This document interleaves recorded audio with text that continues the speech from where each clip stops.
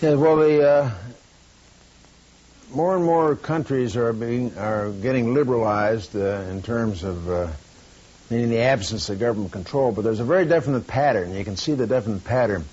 The more regulations there are, the more government control there are, the more difficult it is to produce a conforming product or service that is consistent.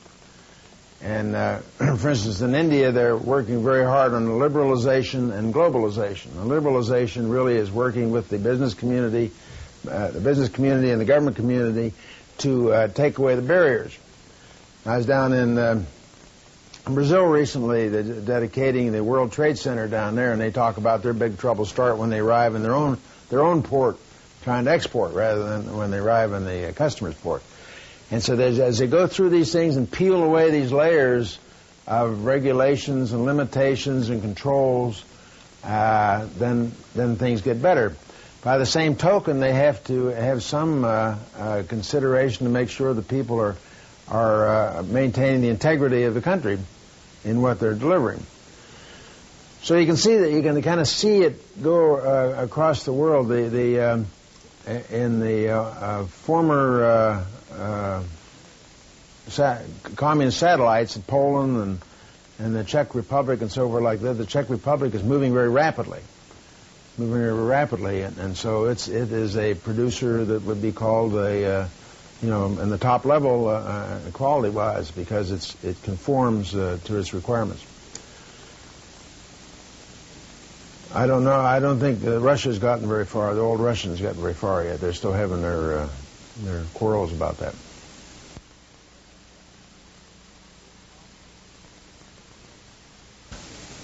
Well, what you mean by quality operation is that everything works. You know, that when you make a telephone call, you get the right number on the other end, that the mail arrives on time, that the lights work, all these other things. What you do is you remove irritants. And it's like a hotel, or a convention center. I make a lot of presentations around the world, and I go to a lot of different places. And I judge them on the basis of when you get up in front of the audience that the microphone works, and I see more and more nowadays that the people take that more seriously, that they take the prevention of that more seriously. They don't wait till something happens and then snap right in, or that the audience is seated comfortably, or that there's enough room on the stage. All these kind of things. These organizational things, which means that quality's in the details. In the details. These are these little transactions I was talking about. You can have in this new book I wrote about a complete transaction rating, where you could talk about the transactions that individuals perform, groups perform, organizations perform, suppliers perform, so forth like this, and you can rate them very carefully on quality. You can give them a quality level rating that's exact, because it's do they do what they said they were going to do. And you know what these transactions are, and it is so. So if in the previous administration these transactions didn't occur, and now they do occur, then you made a lot of improvement. If you just learn how to fix things quicker, then you haven't made a lot of improvement.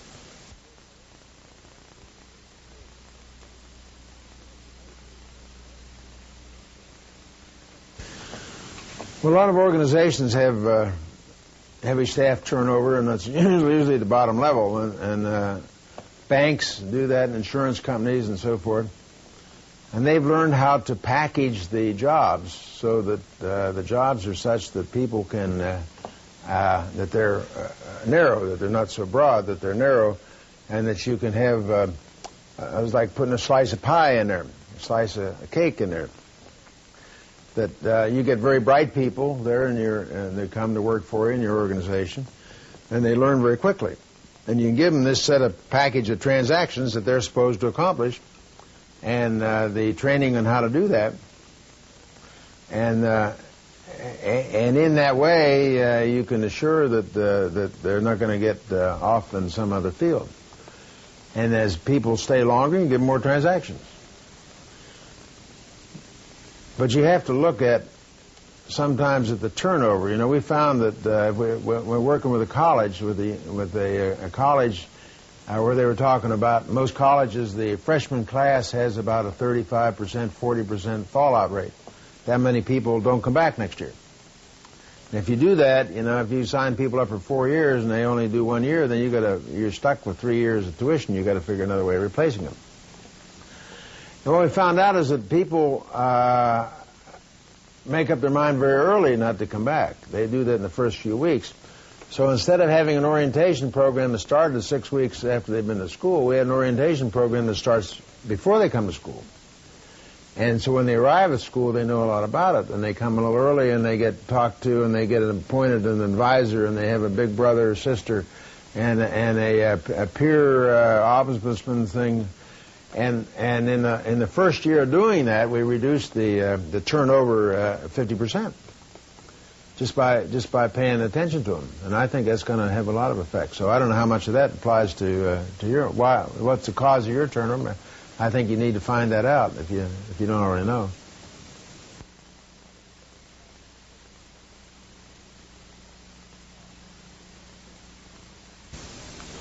Well, if I had to figure out that problem, I would look at the Congress and the whole organization there is a big cruise ship with the members of Congress being the passengers, and they are the ones that are on there with their own agenda and their own so forth, and they're on the ship to go somewhere. So while they're there, they have to get fed, they have to get mail, they have to get telephones, they have to know what's going on and all this sort of stuff. And the 600 people are the ones that provide that. So every customer is the same as every other customer. You have to treat them all the same, regardless of their political affiliation. And the whole idea is to give them a ride on this cruise ship, so that nothing about the ship interferes with doing their job.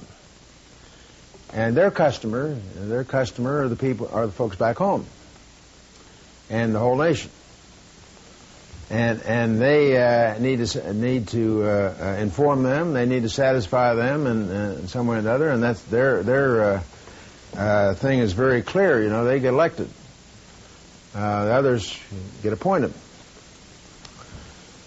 So it's I don't see it very complicated. You know, that if you can stand looking at that as a cruise ship, then it becomes clearer.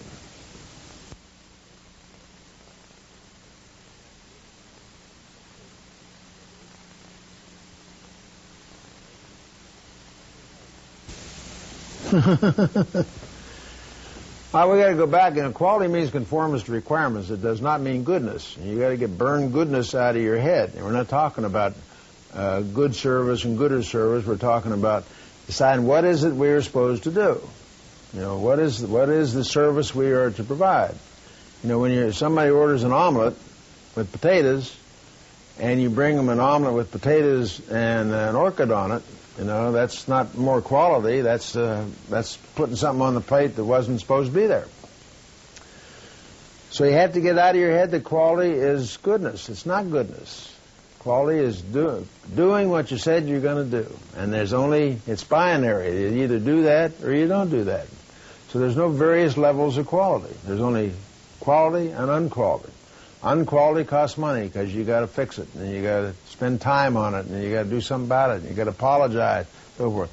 Quality is doing exactly what you agreed to do, and you have to get that clear with the customer. Find out what it is the customer wants, and sometimes that's not easy, but you get it clear. And I always say that my main customer is Peggy Crosby, and my job is to figure out what she wants. And sometimes she changes that, and sometimes she doesn't exactly know what it is, but I work on that. That's my job, is to figure that out.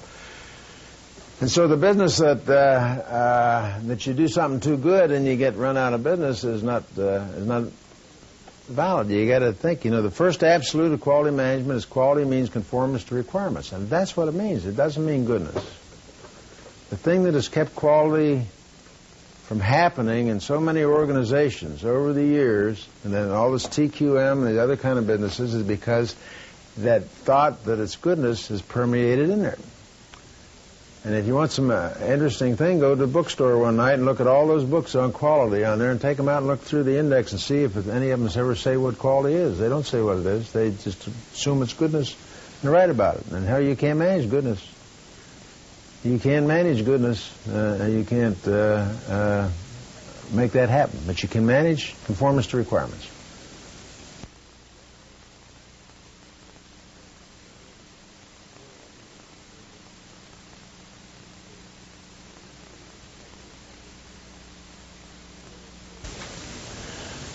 Well, in the world has always been full of downsizing and side-sizing. You know, that's not a new thing. I worked for 4 or 5 different companies during my career before I started my own company and things like that. And the first 3 or 4 I left just before they decided to get to the size they should be. Excuse me. The thing about, when I talked about earlier, I talked about the individual and the individual's performance. And nobody ever downsizes somebody that's effective. They don't ever move somebody off that's effective, that gets things done, that accomplishes stuff. The ones that get downsized are the ones that kind of roll along. You decide when you don't really need them.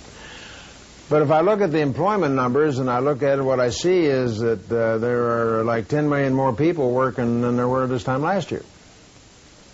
And jobs, and also what I keep looking at is I don't now because I'm a little old man and I'm retired, but I always looked at the future. You know, what is the place for me? That's the agenda. When I said there's 2 agendas, you know, there's the agenda you have for the organization, there's the agenda you have for yourself. And you don't wait till something bad's going to happen to you. You have to plan for it not to happen. You have to be effective, and you have to. And that's the purpose of quality. And people who talk about quality being used to downsize really don't. They don't really understand it. Because what quality is used for is to grow. Is when an organization starts doing things properly, it gets more responsibility.